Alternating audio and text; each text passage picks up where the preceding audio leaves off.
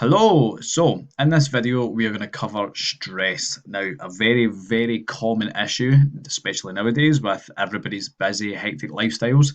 So this is something that we try, or I try with my clients to eliminate as much as possible because with stress comes being overwhelmed. It brings on other emotions as well. It stops you thinking clearly. So this is the thing that one of the main emotions that I like to try and eliminate or at least reduce as much as we can. So, identifying your stress. So, it's so easy to let your stress overwhelm you and change your thoughts, behaviors, and actions. So, how many times have you been extremely stressed and you've not been able to actually get anything done because you've been pulled in various different directions mentally or even physically trying to do too many things at once? You're going to learn how to identify when you're stressed, what the triggers were that caused it, and how to eliminate it. So, here's a list of symptoms to look out for to try and recognize the signs. So, first off, we've got cognitive symptoms.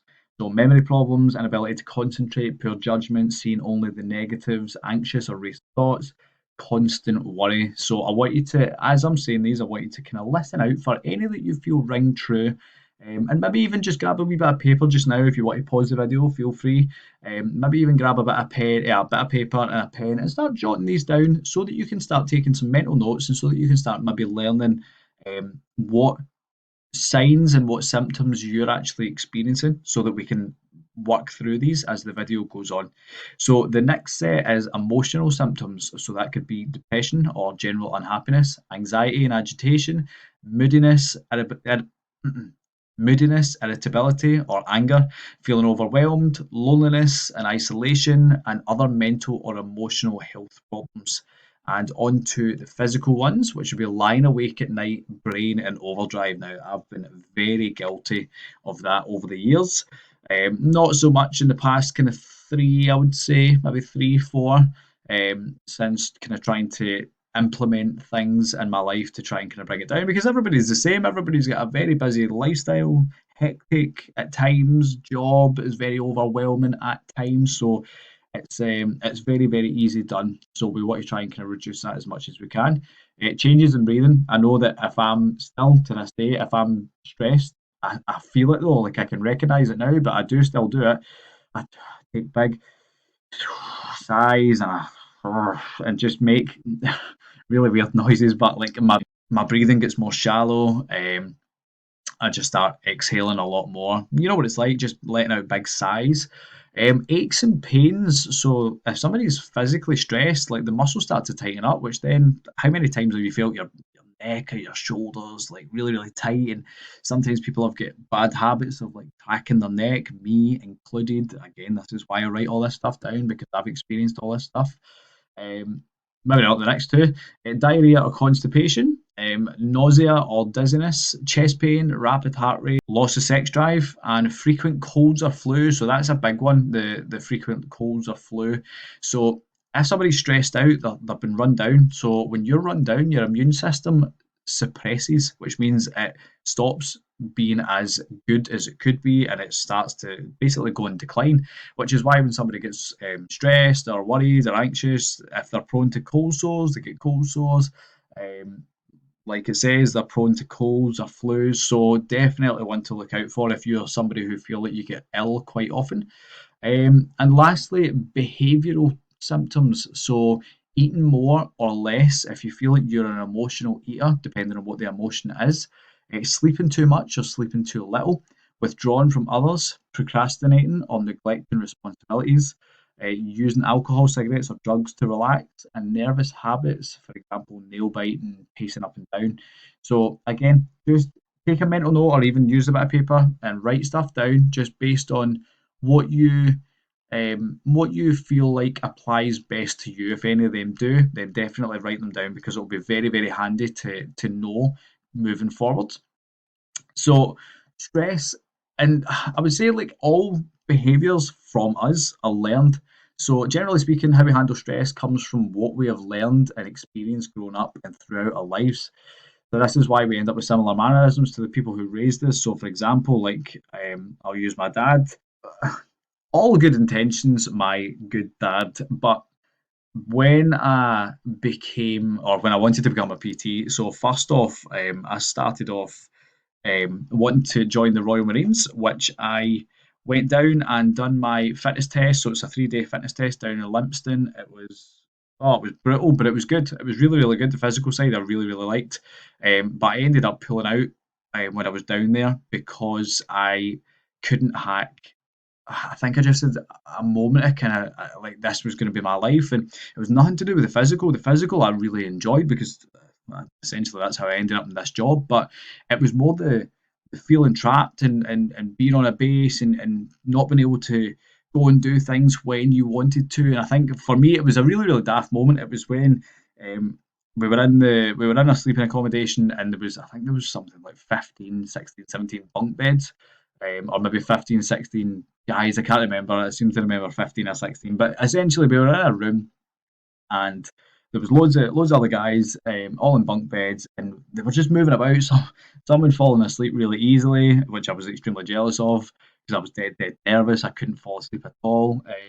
But it was hearing beds creak and people snoring, and I'm like, I hate this. Like, I absolutely hated it. And I think it was because I was so nervous that I couldn't get to sleep. But that's what then made me think, well, this could be potentially the rest of your life.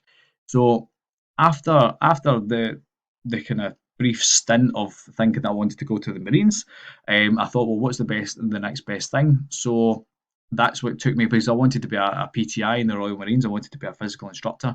So I thought, right, okay, how do I become some form of physical instructor outside? So I looked up ways and means of becoming a PT, and that was it. I passed my course and I got in. So once I started my job, like anything, and like any self-employed person will know, it takes time to build a business. And my dad, he's self-employed, well, was self-employed, retired now.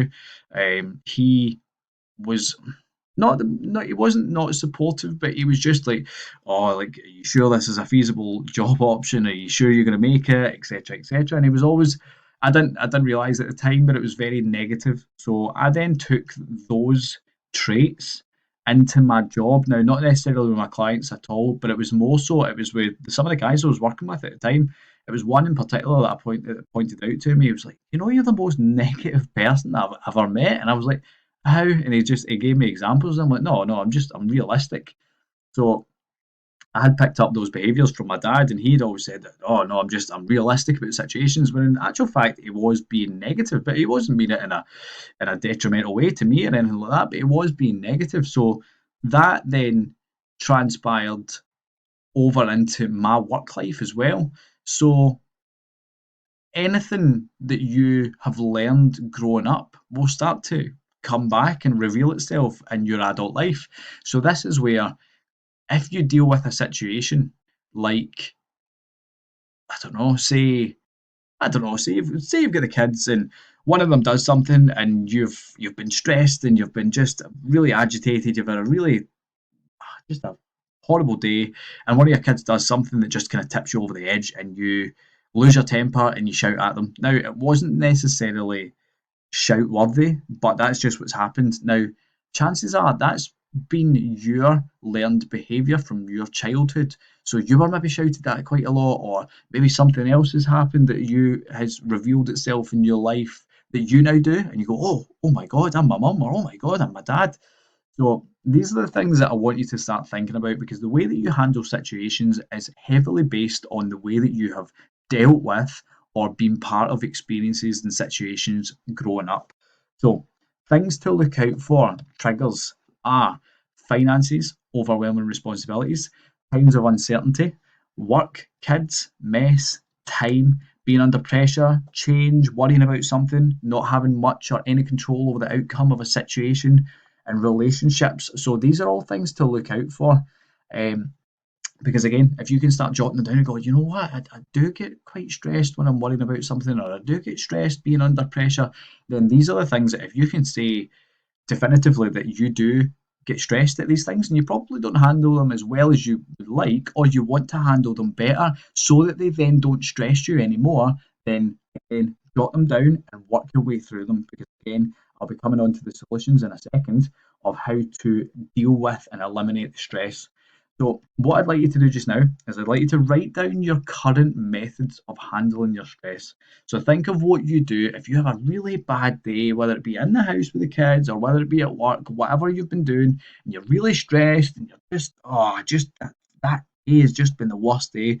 What do you do? So I want you to pause the video and write them down. So next is going to be eliminating stress. Now we need to understand what stress is. So stress is a mental state of being overwhelmed by a lack of a solution. So 9 times out of 10 or 10 times out of 10, if somebody asks you to do something and you 100% know the answer to that question or how to do that task, you answer the question extremely quickly with confidence, or you go away and do that task with confidence and you do it straight away. If you do not have the solution to the problem, that's when, like earlier, procrastination tends to set in, or you get really stressed because you don't have the answer to this. You don't have the solution to the problem. So, what is very commonly suggested for dealing with stress is doing something to take your mind off, i.e., taking a bath, going for a walk, etc. Now, this might be something that you've just written down, but that's not a bad thing. Like, I don't want that to be misconstrued as being bad, but it's not fixing the root issue, if that makes sense. It's not addressing the root cause of you being stressed. So, as I said, these are good responses to stress, but they don't actually address the root cause. So, the questions that need answering are: what made you stressed in the first place? Why did it stress you? What happens when you get stressed? How long does it last for? And does that have a knock on effect on anything else? So, once you're able to answer those questions, you can start to recognize the patterns and start to change your thought process completely, because you now know exactly when that stress starts, how long it lasts for, what you do in that situation. If you act in a way that you don't want to act, or you feel like you're very angry and you don't want to be, and you've maybe take it out on other people, then this is the things that if we can pinpoint, then we can definitely look to eliminate or definitely reduce the stress in your life. So situations which once completely overwhelmed you are now nothing but a brief inconvenience if you totally change your mindset and reprogram your brain to deal with the situations differently. So again, like I'll use this example just 'cause it's the first one that came to my head, but shouting at the kids for something that maybe didn't merit being shouted at too much with that. Maybe you were just a bit loud, maybe you were just a bit kind of snappy with them.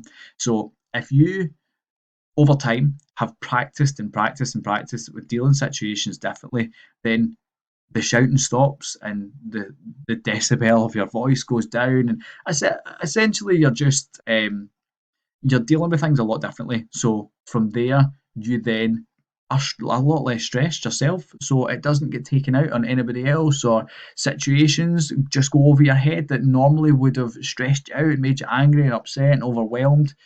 So the solutions to these problems are: write everything in your head down on paper. So split it into columns and then prioritize them in order of importance. So this was a task that I got clients to do previously and still do, if they couldn't sleep at night. So if you've been there where you've been rolling about, you just can't switch off, and there's nothing that you can do because there's a million and one things going on in your head, then this is what ideally you should be doing at the time, and then prior as the kind of the amount of times of it happening go on. So you're rolling about in your bed at night, you can't get to sleep. Now, you might be thinking of a couple of things, but how often have you been rolling about and it's went from one thing to two things, to two things to four things, to four things, and it just keeps splintering and it just keeps going off in different directions, and now you're worrying about 20 things when it, like an hour ago, it started at one, because your mind's just going into overdrive and you can't process those thoughts, and those thoughts just keep overwhelming you and get more and multiplying in your head. Now, you will not get them out of your head unless you get them out of your head. I know that sounds a bit stupid, but you need to write them down. You need to get them out of your head so that you can actually physically look at them, read them, and rationalize them. So once they're down on a bit of paper, what you then do is you split them into columns. So you split them into two columns of: can it be fixed and can it not be fixed? So whatever cannot be fixed, for example, the sun rising and setting, you can't do anything about that. So it goes in the cannot be fixed. It's out with your control. So once you've whittled it down to what can and can't be fixed, you then do two separate columns in a different table, and you then write, can it be fixed right now or can it be fixed later? So again, you then are whittling it down and you're rationalizing each one, and you're going, oh, well, I can't actually do anything about that right now, but I can do something about it in 2 days' time, or tomorrow morning when I get up, but I can't do anything about it right now when I'm trying to get to sleep.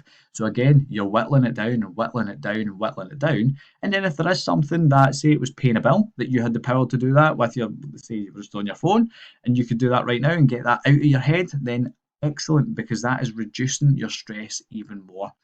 So from there, you have then rationalized everything that's in your head, and chances are it's probably actually, when you've written them down, there's not been that many things than you thought in your head, but because it's been one issue that's turned into two, two turned into four, it's overwhelmed you in your head, but when you write it down, it seems a lot less. So if you can pay close attention to every situation you get stressed in and write down what happened afterwards, again, you're creating like a diary or a log of what happens, because I would get somebody to write a food diary if their diet was an issue. So you need to start thinking about stress and any other emotion really that you feel like needs addressed, and start logging it so that you can rationally look back and go, right, okay, that's what happened in that scenario.